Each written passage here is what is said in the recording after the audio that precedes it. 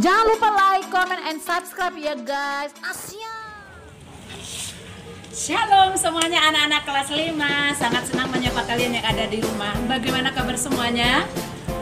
Puji Tuhan, pastinya di tahun 2021 ini semuanya baik, semangat, dan diberkati oleh Tuhan. Amin anak-anak? Amin. Mari kita berdoa sebelum kita belajar di pembelajaran yang ke-8. Tuhan Yesus, kami bersyukur untuk kebaikan dan kasih-Mu. Hari ini kami diberikan kesehatan, kekuatan. Berkatilah keluarga anak-anak-Mu kelas 5, berkati masa depan mereka. Kami juga berdoa untuk bangsa dan negara ini. Tuhan tolong selamatkan, Tuhan tolong pulihkan. Ampuni dosa dan kesalahan kami Tuhan. Kami siap belajar hanya di dalam nama Tuhan Yesus. Haleluya. Amin. Shalom anak-anak semua. Di hari Rabu 6 Januari 2021 ini kita akan belajar bersama kembali di pembelajaran 8 berubah menjadi baru. Teman-teman, semua ciptaan yang ada di bumi mengalami perubahan, baik benda mati atau makhluk hidup. Kalau benda mati, dia akan semakin menyusut atau semakin rusak. Kalau benda hidup, dia dari kecil menjadi besar. Perkembangannya sangat berbeda-beda. Manusia yang diciptakan Tuhan akan mengalami perubahan dalam hidup. Ya, perubahan itu satu bisa dari fisik kecil menjadi yang besar. Yang kedua mental, dari penakut menjadi pemberani. Ada yang orang rendah diri menjadi semakin percaya diri. Kalau kita ingat ya, kelompok kupu-kupu, dia bagaimana pertama menjadi telur menjadi ulat, ya sampai menjadi kupu-kupu yang indah, mengalami suatu perubahan. Yang ketiga, kita belajar dari perubahan sifat atau karakter. Nah, mengalami perubahan tergantung dari lingkungan yang mempengaruhinya, di mana setiap keluarga sangat mempengaruhi setiap kehidupan manusia. Keluarga yang tertib, sopan mempengaruhi juga sekitarnya menjadi tertib dan sopan. Tapi kalau lingkungannya suka bertengkar, keras, ya, maka karakter yang ada di sekitar juga menjadi buruk. Nah, teman-teman, bagaimana dengan lingkunganmu? Apakah lingkungan yang semakin baik atau buruk? Kalau semakin buruk, ayo anak-anak semua yang akan membawa perubahan yang lebih baik. Perubahan diri sangat diperlukan oleh manusia agar hidupnya menjadi tertata dewasa, bertanggung jawab, serta pembangunan imannya semakin baik. Teman-teman, kalau kemarin kita tahun 2020 hidupnya biasa-biasa saja, di tahun 2021 ini kita harus mengalami perubahan diri menjadi sangat luar biasa. Semakin dekat dengan Tuhan, semakin lebih sabar, semakin lebih ramah, semakin menghormati orang tua. Kita tadinya juga egois, sekarang mementingkan diri orang lain. Ya, jadi perubahan diri sangat diperlukan. Karena kalau orang nggak berubah, dia akan hanya di situ-situ saja. Ya, tidak menjadi jauh lebih baik. Perubahan diri manusia akan berdampak pada orang lain. Jadi hendaklah perubahan yang kita lakukan itu menjadi lebih baik. Karena ternyata perubahan diri kita itu mempengaruhi kepada orang lain. Kalau kita baik, orang lain baik. Kalau ternyata perubahan diri kita menjadi jauh lebih buruk, jauh lebih merosot, jauh menjadi melakukan kebiasaan-kebiasaan yang tidak baik, ya itu juga yang akan kita berikan pengaruh kepada orang lain. Nah, teman-teman, perubahan diperlukan agar tidak dipenuhi dengan pikiran yang negatif, ya, atau yang jahat terhadap sesama. Tetapi perubahan itu diperlukan agar kita dipenuhi dengan hal-hal yang positif. Apa saja ya hal-hal yang positif? Bisa dalam diri kita, bisa kepada lingkungan, bisa dengan pikiran kita, perkataan kita, tindakan kita. Tadinya kita adalah orang yang mudah marah, mudah emosional. Sekarang kita mengalami perubahan yang positif, semakin bersyukur, semakin dekat dengan Tuhan, semakin tegas untuk kebaikan dan sebagainya. Jadi jangan semakin negatif. Karena kalau kita berpikiran negatif, perubahan yang negatif, diri kita rugi, orang lain juga rugi, hubungan kita dengan Tuhan juga sedang tidak sehat. Nah, teman-teman, ada nih kisah dari kehidupan Rasul Paulus. Nah, Rasul Paulus ini setelah bertemu dengan Yesus, dia mengalami sesuatu yang berubah. Tapi sebelumnya Saulus ini lahir di Tarsus, di Kilikia. Ia dididik oleh seorang guru bernama Gamaliel untuk menjadi orang Farisi.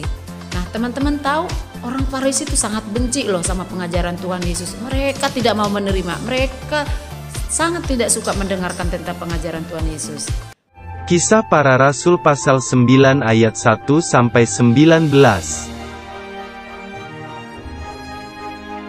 Waktu itu, Tuhan Yesus naik sudah ke surga, dan para murid kembali ke kota Yerusalem.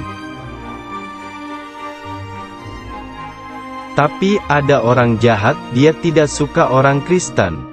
Namanya adalah Saulus, dia tidak percaya Tuhan Yesus. Saulus ingin mencari dan menangkap semua orang Kristen laki-laki dan perempuan.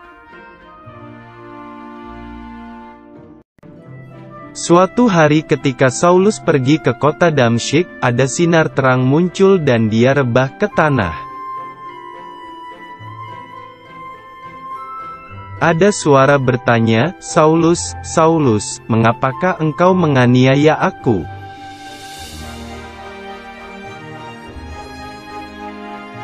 Lalu Saulus menjawab, "Siapakah engkau, Tuhan?" Suara itu berkata, "Akulah Yesus yang kau aniaya itu."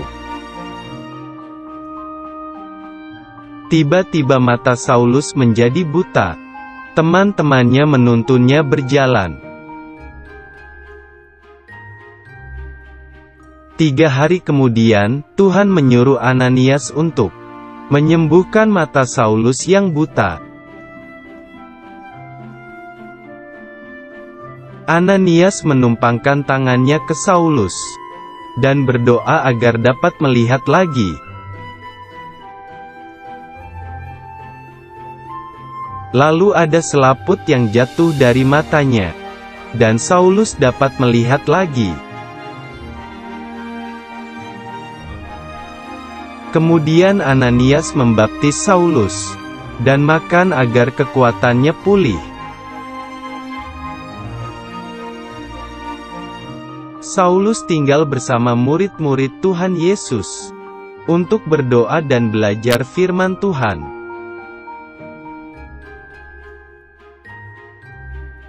Akhirnya, Saulus menjadi percaya Tuhan Yesus, dan namanya diganti menjadi Paulus. Akhirnya, perubahan apa yang kita lihat dari kehidupannya Saulus? 1, tadinya dia pembunuh orang-orang yang mengikuti ajaran Kristus. Sekarang dia mengalami perubahan. Dia melayani, memberitakan Injil kemana-mana. Yang kedua, dia punya karakter yang kejam, emosional, pemarah, mengalami kebencian. Dia punya kuasa. Sekarang perubahan yang dialami oleh Paulus ialah dia menjadi orang yang berkobar-kobar hatinya memberitakan Injil. Dia lemah lembut, dia penuh semangat. Dia tidak takut untuk diserang. Yang penting dia memberitakan Injil. Nah, teman-teman, tadinya juga Saulus hidupnya mewah. Dia kan orang berpendidikan. Orang-orang di sekitarnya itu orang-orang yang berkuasa. Tapi dia mengalami perubahan hidup setelah mengikuti Yesus. Apa? Yang ketiga, dia menjadi hidup sederhana. Dia tidak takut kekurangan. Dia percaya bahwa Yesus akan bersama dengan dia. Teman-teman, akhirnya perubahannya Saulus juga, yaitu dia namanya Saulus menjadi Paulus setelah ia menjadi murid Yesus. Teman-teman, saya mengajak kalian di YouTube ini berilah komentar perubahan apa yang kamu alami. Tadinya sikap, karakter, fisikmu, kebiasaanmu di tahun 2020 hal yang kurang baik apa saja? Jujur saja dituliskan di situ di komentar, dan kamu mau seperti apa di tahun 2021. Nah, ingat, untuk kita berubah kita nggak bisa sendiri karena kita adalah manusia yang terbatas dan lemah. Kita butuh Tuhan Yesus. Semangat anak-anak menjadi manusia-manusia yang baru, manusia-manusia yang lebih baik. Itulah tugasnya hari ini, memberikan di kolom komentar dengan jujur kehidupanmu yang lama dan kehidupanmu yang baru. Terima kasih anak-anak. Salam kasih, salam sehat, salam semangat. Shalom, Tuhan memberkati.